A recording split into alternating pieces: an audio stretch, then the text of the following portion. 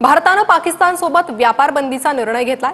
पहलगाम हल्ल्यानंतर भारताचा हा मोठा निर्णय आहे। वाणिज्य मंत्रालयाचा पाकिस्तानसोबत व्यापार बंदीचा निर्णय घेण्यात आला आहे। तर पहलगाम हल्ल्यानंतर भारताकडून पाकिस्तानला आणखी एक उत्तर।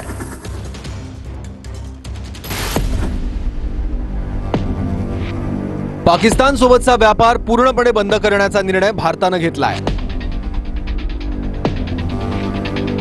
पाकिस्तान सोबतची आयात निर्यात पूर्णपणे बंद करण्यात आली आहे। केंद्रीय वाणिज्य मंत्रालयानं पाकिस्तान सोबतचा व्यापार बंद करण्याचा मोठा निर्णय घेतलाय। केंद्रीय वाणिज्य मंत्रालयानं हा मोठा निर्णय घेतलाय। भारत सरकार पाकिस्तानची डाक सेवा आणि पाकिस्तानी इंटरनेट वेबसाईट पूर्णपणे ब्लॉक करण्याच्या विचारात आहे।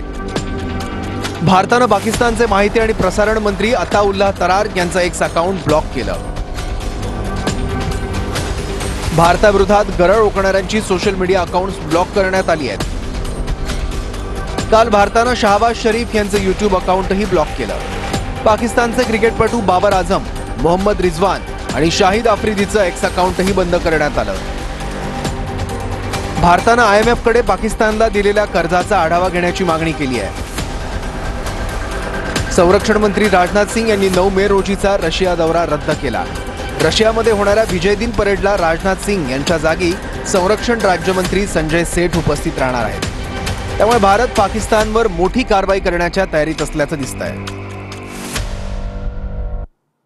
दरम्यान पाकच्या संरक्षण मंत्र्यांनी पुन्हा एकदा भारताला पोकळ धमकी दिली आहे। भारतानं सिंधू नदीवर धरण बांधून पाणी अडवलं तर पाक हल्ला करेल। पाकचे संरक्षण मंत्री ख्वाजा आसिफनं ही पोकळ धमकी दिली। भारतानं सिंधू जल करार रद्द केल्यानंतर पाकचा थैथयाट सुरूच आहे।